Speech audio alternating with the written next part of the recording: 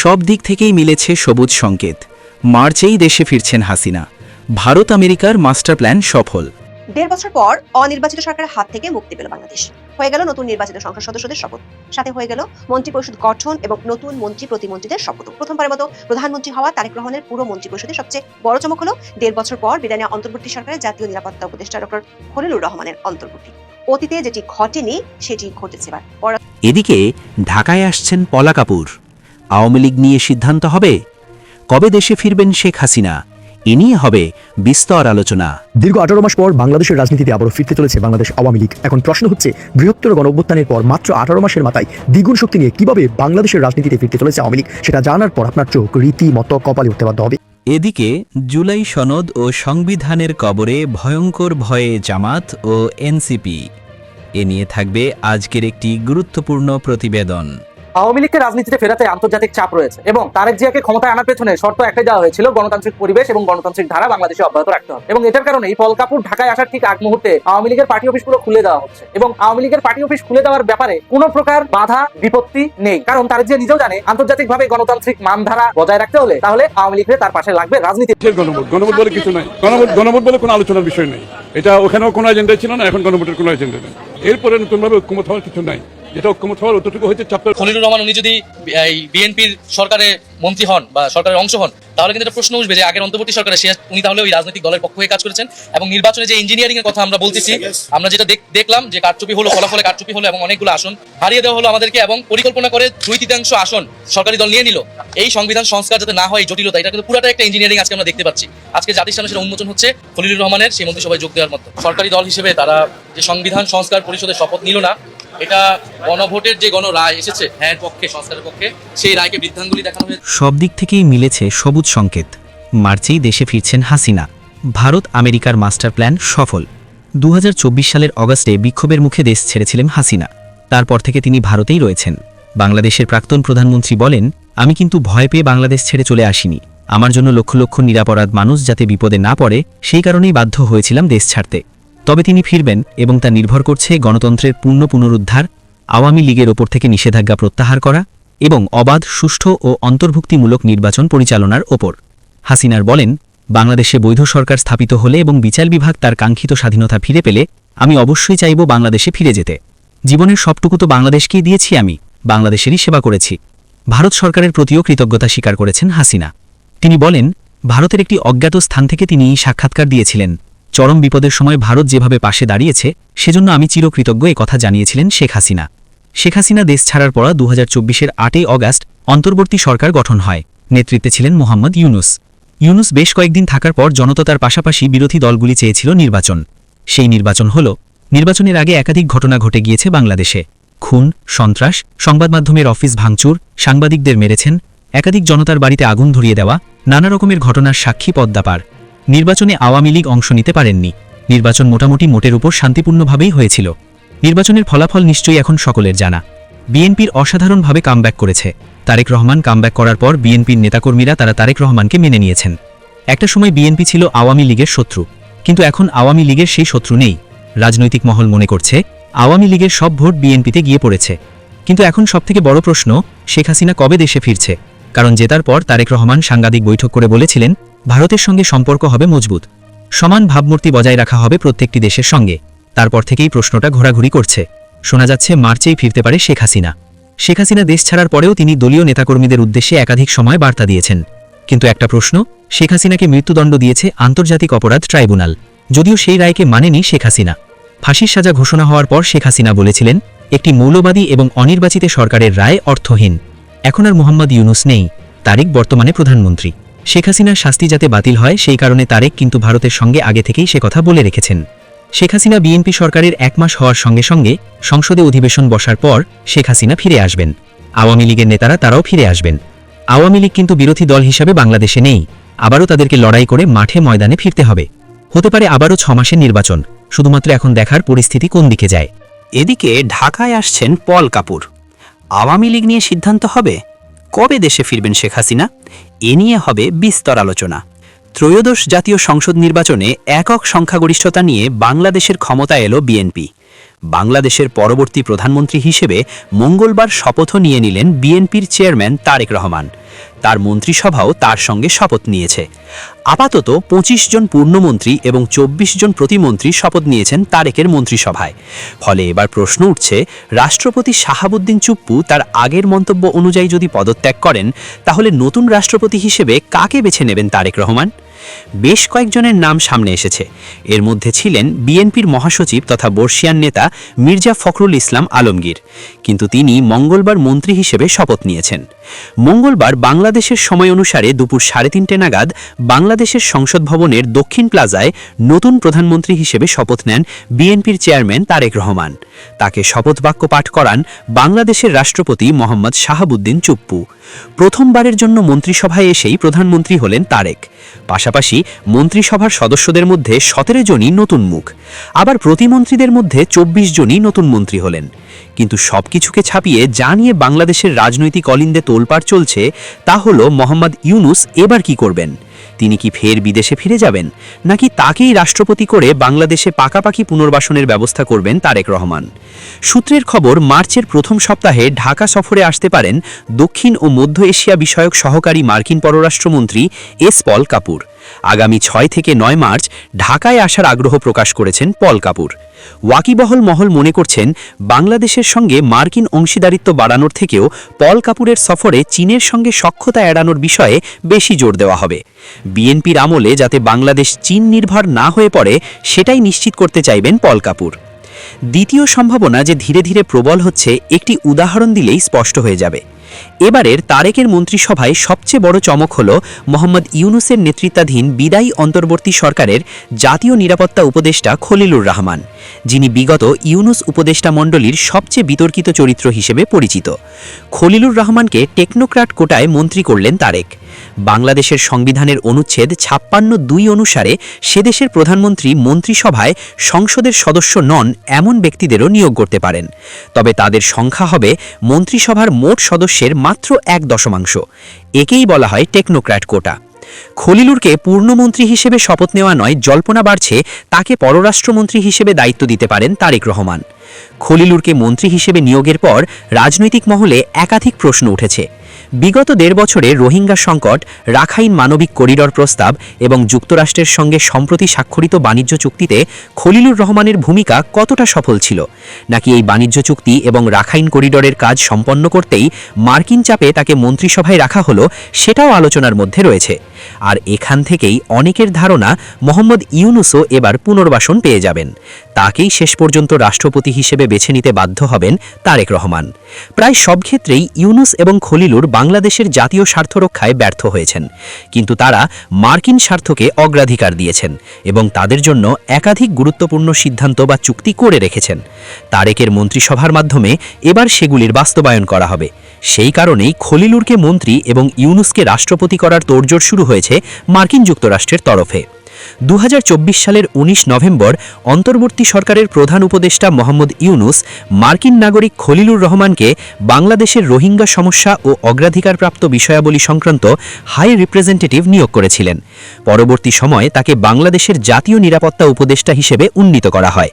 খলিলুর রহমানের নেতৃত্বে আলোচিত মানবিক করিডর প্রস্তাব প্রথমে আরাকান আর্মিকে সহায়তার জন্য উত্থাপিত হলেও পরে এটিকে রোহিঙ্গা সহায়তার রূপ দেওয়া হয়, যা নিয়ে বাংলাদেশের সার্বভৌমত্ব ক্ষতিগ্রস্ত হওয়ার আশঙ্কা প্রকাশ করেছেন বাংলাদেশের সেনাপ্রধানও। এবার সেই খলিলুরকেই মন্ত্রী করে তারেক কি সেনাপ্রধানকেই চ্যালেঞ্জের মুখে ফেললেন? এবার কি ইউনূসকে রাষ্ট্রপতি করে জেনারেল ওয়াকারুজ্জামানকে আরও বড় চ্যালেঞ্জের মুখে ফেলবেন? এদিকে জুলাই সনদ ও সংবিধানের কবর ভয়ঙ্কর ভয়ে জামাত ও এনসিপি। আওয়ামী লীগের মতো বিএনপিকেও যারা দেশ থেকে নিশ্চিহ্ন করতে চেয়েছিল, তারা এখন নিজেরাই নিশ্চিহ্ন হওয়ার ভয়ে ভয়ে আছে। হয়তো একেই বলে কর্মফল। জামাত এবং এনসিপি বুঝে গেছে, ভোটের রেজাল্টের পরেই রাতের অন্ধকারে তাদের উপর যে নির্মম পরিস্থিতি নেমে এসেছিল, সেটি কেবল শপথ গ্রহণের অনুষ্ঠানটির জন্য থেমেছিল। কিন্তু তাদের যে করুণ পরিস্থিতি, শুধু সময়ের অপেক্ষা, তা তারা ভালো করেই বুঝতে পেরেছে। বিএনপি কখনই সংবিধান এবং মুক্তিযুদ্ধের বিরুদ্ধে নয়। তাদের অনেক খামতি থাকতে পারে, কিন্তু তাদের প্রিয় নেতা জিয়াউর রহমান দেশকে স্বাধীন করার জন্য জীবনের বাজি রেখে সামনে থেকে লড়াই করেছেন এবং সংগ্রামে নেতৃত্ব দিয়েছেন। সেই মুক্তিযুদ্ধের ইতিহাস বিকৃতি মানেই শুধু শেখ মুজিবরের অপমান নয়, সেটি জিয়াউর রহমানেরও অপমান। হাসনাতরা যে সংবিধান ছুঁড়ে ফেলতে চেয়েছিল বিএনপি সেটি মেনে নেয়নি। হাসনাত আবদুল্লাহ বলেন, ৩ আগস্ট আমরা শহীদ মিনার থেকেই এক দফা ঘোষণা দিয়েছিলাম। এই এক দফার মধ্যে ছিল ফ্যাসিবাদ ব্যবস্থা বিলোপ এবং নতুন রাজনৈতিক বন্দোবস্ত। তিনি বলেন, ফ্যাসিবাদ ব্যবস্থা পূর্ণাঙ্গভাবে বিলোপের যে প্রশ্ন, সেটির কিন্তু এখনও সমাধান হয়নি। যারা এক দফা দাবির সঙ্গে একাত্মতা ঘোষণা করেছিল, যারা গণ অভ্যুত্থানের পক্ষে, তারা কখনো ৭২-এর সংবিধানের পক্ষে থাকতে পারে না। কারণ ৭২-এর সংবিধানের মধ্য দিয়েই আমাদের এ ফ্যাসিবাদ কাঠামো সবসময় প্রতিষ্ঠিত হয়েছে। অনেকের ভয় ছিল যে বিএনপি কি গণভোটের ফাঁদে পড়ে আবার ১৮ মাস কোনো কাজ করতে না পেরে ইউনূসের হাতের পুতুল হয়ে যায় কিনা। কিন্তু বিএনপি সংবিধান সংস্কার পরিষদের শপথ গ্রহণ অনুষ্ঠানে অংশগ্রহণ না করে বুঝিয়ে দিয়েছে তারা রাজনীতির মাঠে ছাত্র নেতাদের মতো বাচ্চা ছেলে নয়। সেই সঙ্গে যে উপদেষ্টাদের বিরুদ্ধে তাদের অভিযোগ ছিল, যাদের পদত্যাগ চেয়ে আন্দোলন করেছে, সেই খলিলুর রহমানকে পররাষ্ট্রমন্ত্রী করে একই সঙ্গে ছাত্রদের মন ভেঙে দিয়েছে। আবার অন্যদিকে ভারত এবং আমেরিকাকে একটি বন্ধুসুলভ বার্তাও দিয়েছে। আজ এনসিপি এবং জামাত ক্ষমতায় যেতে না পেরে যে মানবতার দোহাই দিচ্ছে বিএনপিকে, তারা শিক্ষিত ছাত্র সমাজ হয়ে কি সেই মানবতার লেশমাত্র প্রকাশ করেনি? তারা হাজার হাজার পুলিশকে থানার ভিতরেই নির্মমভাবে জ্বালিয়ে হত্যা করেছে। মব করে আওয়ামী লীগের নেতাকর্মীদের জীবন তছনছ করে দিয়েছে। তারা আওয়ামী লীগের সঙ্গে যা যা করেছে, আজ সেগুলি তাদের দিকে ফিরে আসছে। তাই ভয় পেয়েছে নাহিদরা, মাহফুজ আসিফ মাহমুদরা ভোটে অংশ নেয়নি, তাই তাদের জিতা বা দেশে থাকার কোনো প্রশ্ন নেই। তারা এখন আর সামনেও আসছে না, হয়তো বিদেশেও চলে গেছে। কিন্তু সার্জিস যদি দেশে থাকে তবে তার অবস্থা খারাপ হবেই। সেই সঙ্গে হাসনাত আর নাদিদের সঙ্গে কি হবে তা কেউ বলতে পারে না। এই যে সংস্কার এবং জুলাই সনদের কবর দেওয়া হয়ে গেল, এর ফলে হতাশ ছাত্রনেতা থেকে জামাতের আমির শফিকুর আলম। তারা হতাশ এই জন্য যে জুলাই সনদ এবং সংস্কার না হলে তাদের বাঁচার সব রাস্তা বন্ধ হয়ে যাবে। তাই তারা এই সংস্কারে বিএনপির অংশগ্রহণ না করাকে প্রশ্নবিদ্ধ করছে। কিন্তু বিএনপি তো বলছে তারা যা করছে তা সংবিধান মেনেই। ফলে ছাত্র নেতাদের ভয় হচ্ছে তারা ক্ষমতার বলে বলিয়ান হয়ে যে মবের রাজত্ব করে মানুষের ওপর অত্যাচার করেছে, এবার সেটি তাদের ওপরই নেমে আসে কিনা। ১.৫ বছর পর অনির্বাচিত সরকারের হাত থেকে মুক্তি পেল বাংলাদেশ। হয়ে গেল নতুন নির্বাচিত সংসদ সদস্যদের শপথ, সাথে হয়ে গেল মন্ত্রিপরিষদ গঠন এবং নতুন মন্ত্রী প্রতিমন্ত্রীদের শপথ। প্রথমবারের মতো প্রধানমন্ত্রী হওয়া তারেক রহমানের পুরো মন্ত্রিপরিষদের সবচেয়ে বড় চমক হলো ১.৫ বছর পর বিদায় নেওয়া অন্তর্বর্তী সরকারের জাতীয় নিরাপত্তা উপদেষ্টা ডক্টর খলিলুর রহমানের অন্তর্ভুক্তি। অতীতে যেটি ঘটেনি সেটি ঘটেছে এবার। পররাষ্ট্রমন্ত্রী হিসেবে খলিলুর রহমানের নিয়োগ নিয়ে সামাজিক মাধ্যম সহ নানা মহলে হচ্ছে আলোচনা সমালোচনা। সেসব আলোচনায় উঠে আসছে নানা ধরনের কথা। সবচেয়ে আশ্চর্যের বিষয় হলো যে সালাউদ্দিন আহমেদ সহ বিএনপির একাধিক শীর্ষ নেতা মাত্র ৯ মাস আগে খলিলুর রহমানের পদত্যাগ চেয়েছিলেন, বিদেশি নাগরিক দেশের বিরুদ্ধে ষড়যন্ত্র করছিলেন বলে অভিযোগ করেছিলেন। তাদেরকে এখন পাশাপাশি চেয়ারে বসে ক্যাবিনেটের মিটিং করতে হবে, নিতে হবে সিদ্ধান্ত। খলিলুর রহমানের এই নিয়োগ নিয়ে সামাজিক মাধ্যমের একটি আলোচনা হলো মার্কিন সুপারিশে বিএনপির সাথে আগে থেকেই বনিবনা হওয়ার সিদ্ধান্ত অনুযায়ী ক্যাবিনেটে ডক্টর খলিলুর রহমানকে রাখতে বাধ্য হয়েছেন তারেক রহমান। আবার অনেকে বলছেন এর মাধ্যমে আসলে অধ্যাপক ইউনূসের উপদেষ্টা পরিষদের শক্তিশালী অংশটি যে বিএনপির গুপ্ত লোক ছিল সেটিরই কি ইঙ্গিত দেয় এই নিয়োগ? প্রশ্ন হলো, এত বড় রাজনৈতিক দল হওয়া সত্ত্বেও, দলটিতে পররাষ্ট্র বা ডিপ্লোমেসি নিয়ে কাজ করেছেন এমন বেশ কয়েকজন রাজনীতিবিদ থাকা সত্ত্বেও, এমনকি তারেক রহমান চাইলে বিএনপিপন্থী অনেক এক্সপার্টকেও এই পদে নিয়োগ দিতে পারতেন, তা সত্ত্বেও কেন এমন একজনকে চেয়ারে বসানো হলো যাকে নিয়ে জনমনে সন্দেহ আছে? তাও আবার যেন তেন সন্দেহ নয়, বাংলাদেশের বিরুদ্ধে ষড়যন্ত্রের অভিযোগ আছে। সূত্রগুলো বলছে অন্তর্বর্তী সরকারের একজন প্রভাবশালী উপদেষ্টাকে এভাবে নজিরবিহীনভাবে রাজনৈতিক সরকারের ক্যাবিনেটে রাখাটা নিয়ে বিতর্ক হবে, সেটি বাংলাদেশের নতুন প্রধানমন্ত্রীও জানেন। তারপরও তিনি কেন রাখলেন? বিষয়টি কি ৩০ নভেম্বর দেশে ফিরতে না পারা নিয়ে তারেক রহমানের যে চাপের কথা বলেছেন সেরকম কিছু? খলিলুর রহমান উনি যদি এই বিএনপির সরকারে মন্ত্রী হন বা সরকারের অংশ হন, তাহলে কিন্তু একটা প্রশ্ন উঠবে যে আগের অন্তর্বর্তী সরকারে উনি তাহলে ওই রাজনৈতিক দলের পক্ষ হয়ে কাজ করেছেন। এবং নির্বাচনে যে ইঞ্জিনিয়ারিং এর কথা আমরা বলতেছি, আমরা যেটা দেখলাম যে কারচুপি হলো, ফলাফলে কারচুপি হলো এবং অনেকগুলো আসন হারিয়ে দেওয়া হলো আমাদেরকে, এবং পরিকল্পনা করে 2/3 আসন সরকারি দল নিয়ে নিল। এই সংবিধান সংস্কার যাতে না হয় জটিলতা, এটা কিন্তু পুরাটা একটা ইঞ্জিনিয়ারিং আজকে আমরা দেখতে পাচ্ছি। আজকে জাতির সামনে সেটা উন্মোচন হচ্ছে খলিলুর রহমানের সেই মন্ত্রিসভায় যোগ দেওয়ার মতো। সরকারি দল হিসেবে তারা যে সংবিধান সংস্কার পরিষদের শপথ নিল না, এটা গণভোটের যে গণ রায় এসেছে হ্যাঁ পক্ষে, সংস্কারের পক্ষে, সেই রায়কে বৃদ্ধাঙ্গুলি দেখানো হয়েছে এবং প্রতিশ্রুতি ভঙ্গ করা হয়েছে। সরকার গঠনের প্রথম দিনই যারা প্রতিশ্রুতি ভঙ্গ করলো তাদের কাছ থেকে এই দেশ জাতি বা আমরা কি আশা করব সেটা সবার মনে প্রশ্ন তৈরি হয়েছে। এবং এটা শুধু রাজনৈতিক প্রতিশ্রুতি ভঙ্গ নয়, এটা কিন্তু আইনি সংকট এবং জটিলতা তৈরি করেছে। কারণ গণভোট যেই আদেশের ভিত্তিতে হয়েছে, যে জুলাই জাতীয় সনদ ব্রেকেটে সংবিধান সংস্কার বাস্তবায়ন যে আদেশ, সেই আদেশে সুস্পষ্টভাবে লেখা আছে যে জনগণের যে সার্বভৌম অভিপ্রায় জুলাই গণঅভ্যুত্থানে হয়েছিল, যার ভিত্তিতে সংস্কারের আকাঙ্ক্ষা, সে অনুযায়ী গণভোট হচ্ছে এবং গণভোটের যদি হ্যাঁ পক্ষে রায় আসে তাহলে শপথ হবে একই অনুষ্ঠানে। সুস্পষ্টভাবে আদেশে লেখা আছে একই অনুষ্ঠানে নির্বাচিত যারা সংসদ সদস্য হবে তারা সংস্কার যে সভা সংস্কার পরিষদের সদস্য হিসেবে শপথ নেবেন এবং একই ব্যক্তির কাছেই তারা শপথ নেবেন এবং পরবর্তীতে কার্যক্রম আগাবে। ফলে আজকে যে তারা শপথ নিল না, এটা কিন্তু হ্যাঁ, তারা এটাতে সাইনও করেছে জুলাই সনদ, যার ভিত্তিতে হচ্ছে পরবর্তীতে আদেশ হয়েছে এবং এই আদেশটাকে কিন্তু তারা মেনে নিয়েছে। গণভোটকে তারা মেনে নিয়েছে, গণভোটে তারা অংশীদার ছিল। ফলে যেই ব্যাখ্যা তারা দিচ্ছে এই ব্যাখ্যাটি একেবারেই গ্রহণযোগ্য না, কারণ গণভোট বলতেছে সংবিধানে নাই, গণভোট জিনিসটাই সংবিধানে ছিল না। গণভোটের বৈধতা হচ্ছে সেই আদেশ। ফলে সেই আদেশ সবাই মেনেই আমরা এই নির্বাচনে এবং গণভোটে অংশ নিয়েছি। ফলে এখানে একটা আইনি এবং সাংবিধানিক সংকটও তৈরি হলো। আমরা জানি না এটা কিভাবে এটা নিরসন হবে। আমরা আহ্বান করবো যে তারা দ্রুত সময়ের মধ্যে শপথ পাঠ করে এই সংকটের নিরসন করবে এবং জনগণের প্রতি কাছে যে আমাদের সকলের প্রতিশ্রুতি ছিল সংস্কারের পক্ষে, সেই প্রতিশ্রুতির পক্ষে কাজ করবে। আওয়ামী লীগকে রাজনীতিতে ফেরাতে আন্তর্জাতিক চাপ রয়েছে এবং তারেক জিয়াকে ক্ষমতায় আনার পেছনে শর্ত একটাই দেওয়া হয়েছিল, গণতান্ত্রিক পরিবেশ এবং গণতান্ত্রিক ধারা বাংলাদেশে অব্যাহত রাখতে হবে। এবং এটার কারণে পল কাপুর ঢাকায় আসার ঠিক আগ মুহূর্তে আওয়ামী লীগের পার্টি অফিসগুলো খুলে দেওয়া হচ্ছে এবং আওয়ামী লীগের পার্টি অফিস খুলে দেওয়ার ব্যাপারে কোনো প্রকার বাধা বিপত্তি নেই, কারণ তারেক জিয়া নিজেও জানে আন্তর্জাতিকভাবে গণতান্ত্রিক মানধারা বজায় রাখতে হলে তাহলে আওয়ামী লীগের তার পাশে লাগবে রাজনীতির মাঠে। ক্ষমতায় তারা আছে ঠিক আছে, কিন্তু বাংলাদেশে গণতান্ত্রিক রাজনৈতিক ধারা এটা অব্যাহত রাখতে হলে আওয়ামী লীগকে মাঠে থাকতে হবে। আর এই কারণে এই আওয়ামী লীগের পার্টি অফিসগুলো খোলার ব্যাপারে বিএনপি সরাসরি সহযোগিতা করতেছে। ক্ষমতায় আসার আগে আন্তর্জাতিকভাবে এই কমিটমেন্ট তারেক জিয়া করে এসেছিল বলেই এখন আওয়ামী লীগের জন্য পার্টি অফিসগুলো খোলা সহজ হয়ে পড়বে। তাই আওয়ামী লীগের যারা ভাই ব্রাদার রয়েছেন তাদের উদ্দেশ্যে বলবো, নির্দ্বিধায় নিজেদের পার্টি অফিস নিজেরা সাংগঠনিকভাবে সংঘবদ্ধভাবে দখল করবেন, খুলবেন এবং আপনাদের পার্টি অফিসে আপনারা বাংলাদেশের গণতান্ত্রিক রাজনৈতিক ধারা চর্চা যেভাবে করা যায় সেইভাবে কার্যক্রম পরিচালনা করবেন। এর কোনো বিকল্প নেই। আপনারা আপনাদের পার্টি অফিসে পতাকা উত্তোলন করবেন, আপনারা আপনাদের পার্টি অফিসে গঠনতন্ত্র অনুযায়ী আপনাদের দলীয় কার্যক্রম পরিচালনা করবেন, আপনারা আপনাদের পার্টি অফিসে মুক্তিযুদ্ধ, গণতন্ত্র এবং বঙ্গবন্ধুর চর্চা করবেন। এটা কিন্তু এখন নিষিদ্ধ না। আপনারা জানেন জুলাই জঙ্গি হামলার মাধ্যমে সাম্প্রদায়িক গোষ্ঠী মুক্তিযুদ্ধ এবং বঙ্গবন্ধুকে মুছে ফেলার চেষ্টা করে তারা নতুন একটা বাংলাদেশ সৃষ্টির নাম করে পাকিস্তান সনদ আমাদের হাতে ধরিয়ে দেওয়ার চেষ্টা করেছে।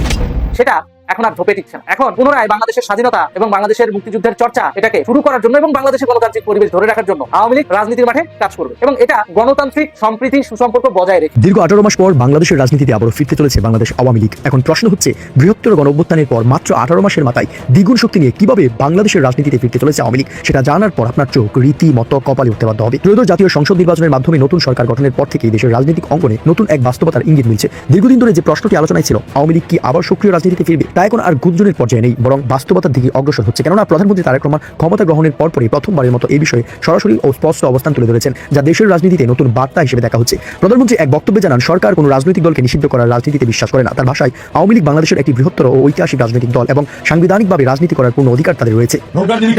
আমাদের সাবেক প্রধানমন্ত্রী হাসিনা থাকলে অন্তত একটা গণতান্ত্রিক ব্যবস্থা চলতো। যারা পাকিস্তান সেনাবাহিনীকে সাহায্য করছে, আমাদের হাজার হাজার মানুষ হত্যা করছে, এরা এবার উড়া করতে আছে। আমরা দেশ থেকে স্বাধীন করেছিলাম, পাকিস্তান থেকে আলাদা হয়ে গেছে। পাকিস্তান আমাদের উপর অত্যাচার করতো, যার ফলে আমরা আলাদা হয়ে গেছিলাম, আলাদা হয়ে বাংলাদেশ স্বাধীন করছে। তো অন্যান্য সময়কার চাইতে এবারে কেউ আগের তো নৌকা ঠিক আর ধানের শীষ নৌকার মধ্যে হতো, এরা নৌকাটা নাই।